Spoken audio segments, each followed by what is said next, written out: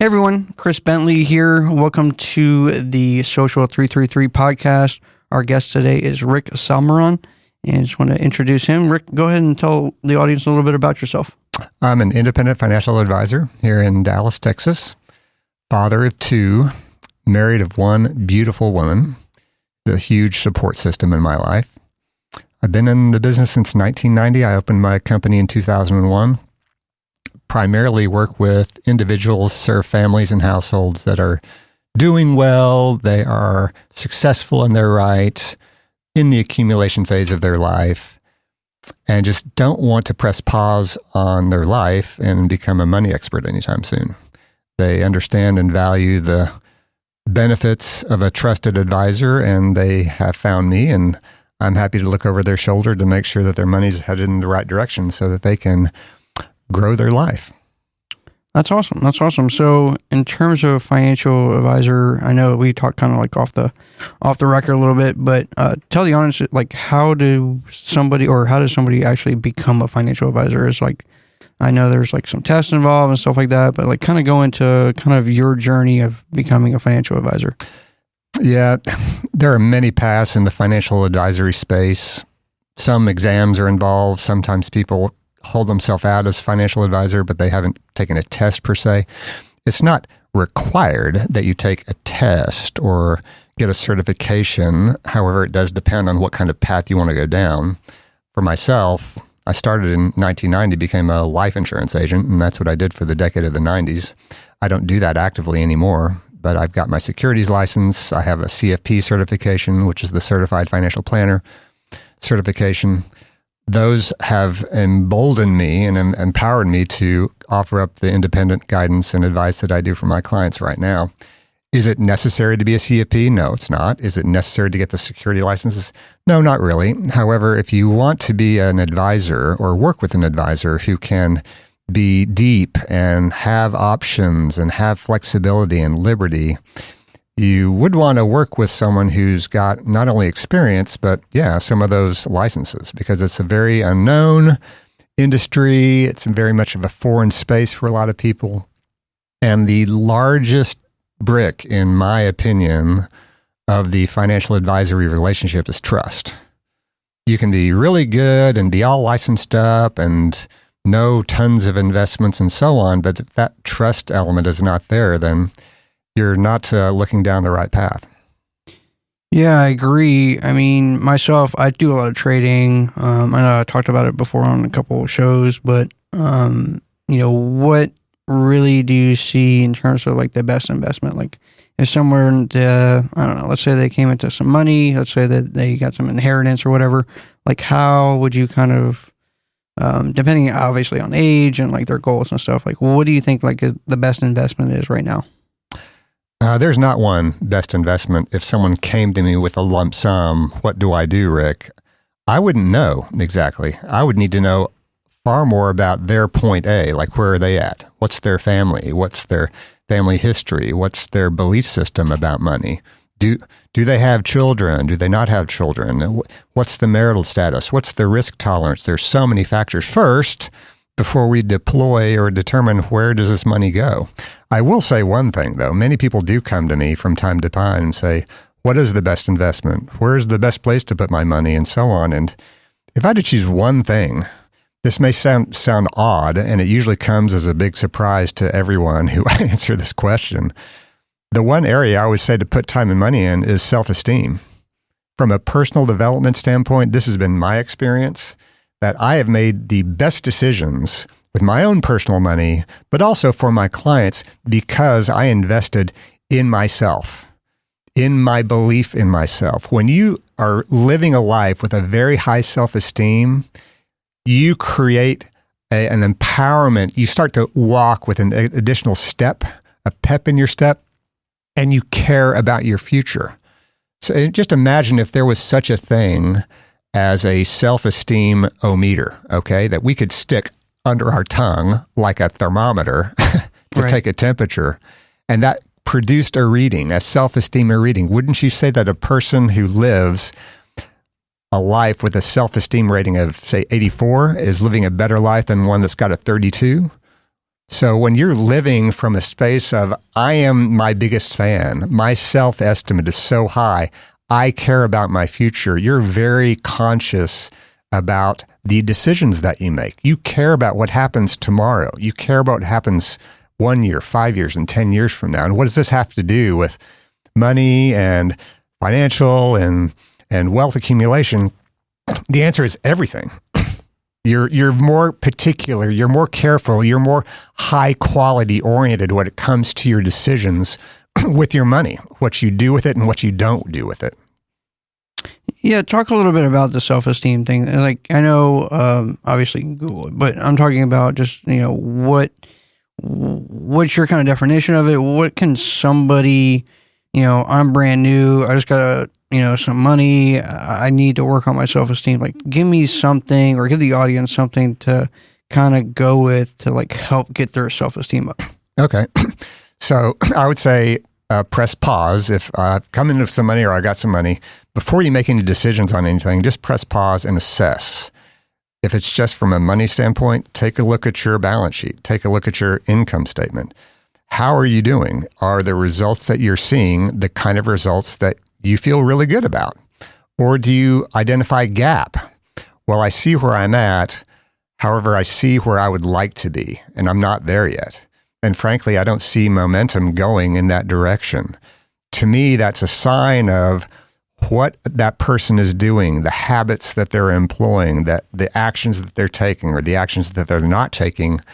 Something needs to change, because when you take a look at your financial results today, they're all a result of the seeds that you have planted as early as yesterday, or as long as 10 and 15 and 20 years ago, and everything in between. Everything that you see today in your financial life and your money life is a result of what you have done in the past.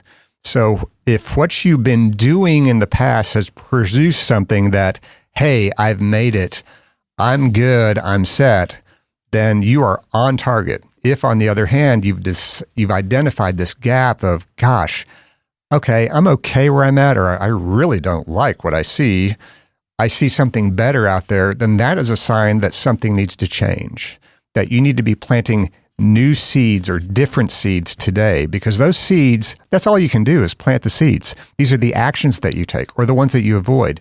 You have to plant those seeds that will either germinate right away or much later in time. You may not know when that is, but this is where, in my view, that self-esteem part comes into play, because you're careful then about how you're planting those seeds. You're careful about how you're showing up in the world. When you show up in the world, you attract higher quality people.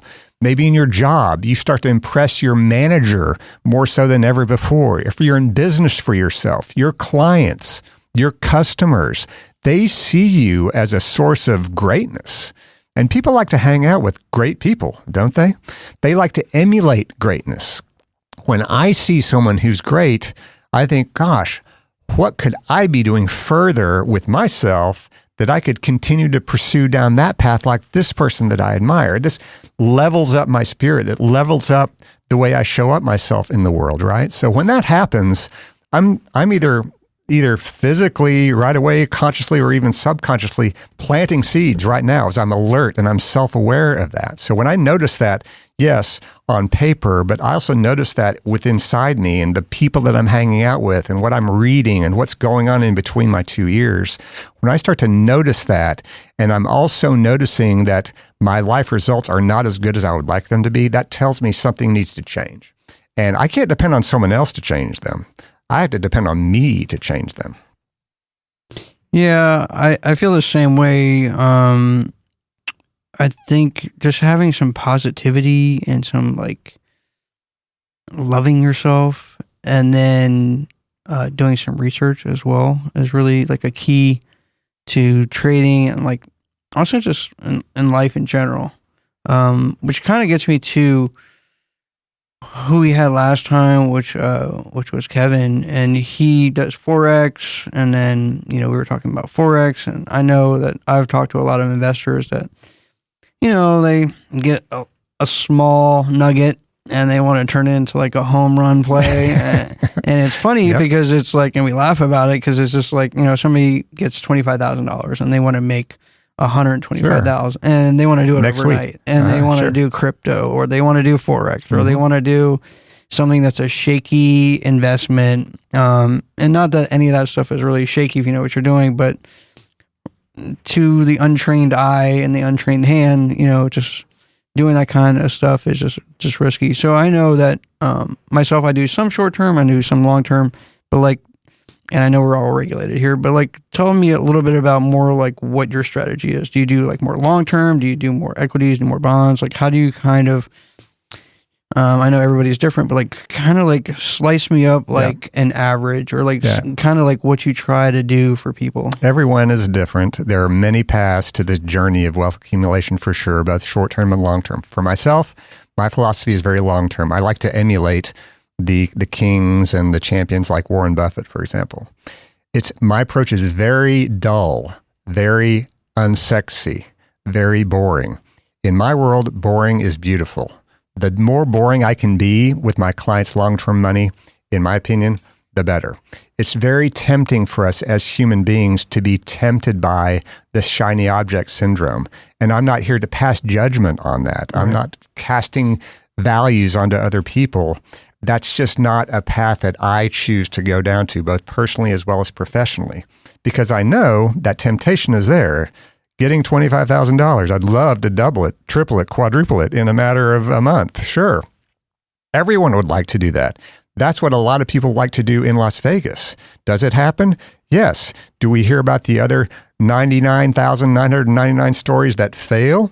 No, but we know that happens. That's the arena of short-term and fast gains is out there, but it's not the reality. Warren Buffett is someone who, again, I like to look up to and I like to emulate. He's not the only one that does this, but a lot of people may not be aware that he grew his personal net worth, and he's probably the most successful investor that we know that's alive today. 95% of his personal net worth occurred after his 65th birthday. And some people don't know that. They just see the headlines. They see the end result. We see Usain Bolt doing the 100-meter dash in under 10 seconds. We don't see the 20 years that it took for him to get to that level. We don't see the decades upon decades of the Warren Buffetts that are out there to get to the level that they're at. It doesn't come fast. Can it? Yes. But if you want to pursue a path that's less stressful, less anxiety-filled, less full of possible landmines and chug holes that can set you back a lot of time, then my suggestion is to take the boring route. It doesn't excite people. It's not shiny, but you know what? It's been proven to work. Does that mean it's going to work every single time? Maybe not. Maybe not. But when you start to use a recipe that's been helpful for a lot of people in the past, then that catches my attention. That's my shiny object. It's not the one that's the meme this or the digital that, although it's out there. Whatever's going out there in that space will be replaced by something else in 5 years' time. And then you're always scratching your chin wondering, gosh, did I do the right thing back then? This is where it comes down to my own philosophy. Yes, it's long-term, but you know what? It's also a lot about behavior, very little to do with investment selection. As strange as that sounds, that is my approach. Okay. Well, cool. Yeah. It's just difficult. I have some kids in the office and they'll come by and they'll be like, hey, I put some money in this meme coin and, I forgot about the account and now all of a sudden it's some ridiculous amount of money. I sat in a Bitcoin room. Some guys just trading digital currency. It's pretty interesting. And they had a whole learning seminar. They also had a chat room. And they're all trading, coins, different stuff. And it was real interesting. Some of those guys, they knew the guy that bought, Bitcoin and then turned around and bought it with pizza. And then by then, that those couple of Bitcoins that he spent would have been worth zillion amount of money. And famous story. Yeah, there's a lot of that. There's a lot of people losing their password or it gets hacked, stuff like that. So, and then the same thing on the Forex side, brokers going out underneath overnight. I've had that, I've had stories about that stuff as well. Talk about like what if I was, I came into some money, or let's say I didn't come into some money. Let's say that I just I got a job, I got a 401k, and I'm getting a little bit of money here and there. I've been working overtime, and now I got some money to kind of like put away. I got savings already. Talk about like what I would do to, like, how would I go about hiring somebody, or like what should I look for a financial advisor? Like what are the kind of things outside of like the degree and the licenses and stuff? Like what is it that you find that like a lot of people attract to you? Most people look for a financial advisor by way of word of mouth. And that makes total sense. That would be what I would recommend. The people that you spend time with, the people that you admire, that you feel like are financially successful, seem to be doing well, and you understand that part of the success is because they're working with someone who's really got their back, that's got really their best interests in mind. Who is that person? So get introduced by people who are advisors through people that you know and that you trust. Because if you trust a friend, if you trust a family member, and they trust their advisor, that's a good step in the right direction. Yes, the certifications are good to know. It's better than not having one, maybe. It doesn't necessarily mean that they're a great advisor, but you do want someone who's got experience. You do want someone who's seasoned. You do want someone who has got confidence and really feels like that they know what they're talking about. Something else that I would look at is look at their social media. The financial advisor and client relationship, in my view, should be a long-term relationship. Can it be transactional? Yes, but that's really not the healthiest relationship that you want to have with a financial advisor. You want someone that you can depend upon year in and year out for decades, because you're talking about your money. Your money is something that's there to maintain and sustain a wonderful life, to provide for you, your family, your kids, college, retirement. These are life events that happen over spans of years and years and years, and you want that established, trusted crew member on that ship with you at all times, so you're not switching out the position with different people and personalities. So if you find someone that you trust, who's got that experience, who's got that edge, who's got that independent edge, and that you really like as a person, and there's chemistry there, those are some of the really great pieces that you can find with a tremendous advisor that works for you, like your shoe size fitting your foot. And one way you can determine that is through their social media. You can get a taste for their personality. What are they posting? What's happening in their life? What kind of person are they? And you can see that better in social media. Does that mean that if an advisor is not posting on social media, you shouldn't look at them? No, not at all. But it is an additional window into the soul of the person, is it not? So I would recommend taking a look at that in addition to websites, in addition to, again, word of mouth, and see who fits with you in the tangible as well as the intangible spaces. In terms of the market right now, I know there's like a lot of turmoil. I've been watching my graph go down, my income or my assets go down. I think one of the toughest things is for someone is to not, or I guess they will press the panic button.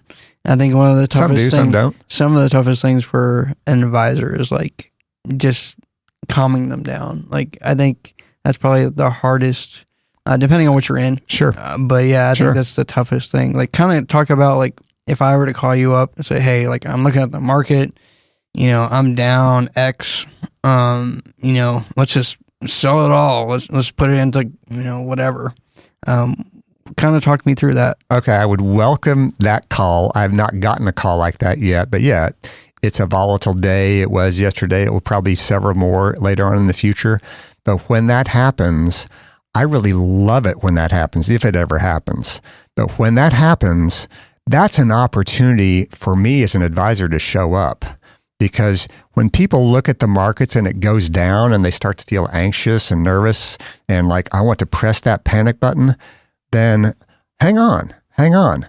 Let's remind ourselves that the stock market, the markets themselves, historically speaking, and using history as our guide, that's the only guide that we have, It's one of the most incredible, it's not the only one, but the most incredible long-term wealth accumulation systems that's ever been, ever since we were born. Wouldn't you agree? Absolutely. And because of that, part of that is a feature, not a malfunction, that days are down. Days will go down. When we have a down day like today or yesterday or who knows, many more coming up, there's going to be far more many bear markets than we can predict between now and the day that you and I die, right? We just don't know when. We don't know how long, how deep.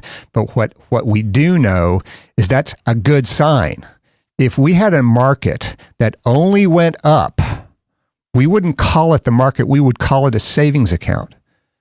And we know how effective a savings account is in growing wealth, right? Right. So for us to want to, I'm speaking just generically, for us to want to remove the down days, that's like we're asking to remove the great days also. You have to have one so that you can have the other. It's an organic process. It's part of the overall system of the stock market. That's the way it always has been, and that's the way it always will be, if you ask me. I agree. To our audience, where can they find you, Rick? My website's salmeronfinancial.com. And like I mentioned, look me up on social media, type in my name, search me on LinkedIn, Facebook, Instagram. I'm happy to connect. If you're looking for mini, what I call light bulb moments of money wisdom, I like to post that way and not just the normal, bland, boring kind of stuff that you would see on Investopedia or something like that. So if you're looking for an additional insight, you can find me there too. Awesome. Well, thanks for having, or actually I was going to say thanks for coming to the show. Thank you, Chris. Yeah, absolutely. Pleasure. Take care.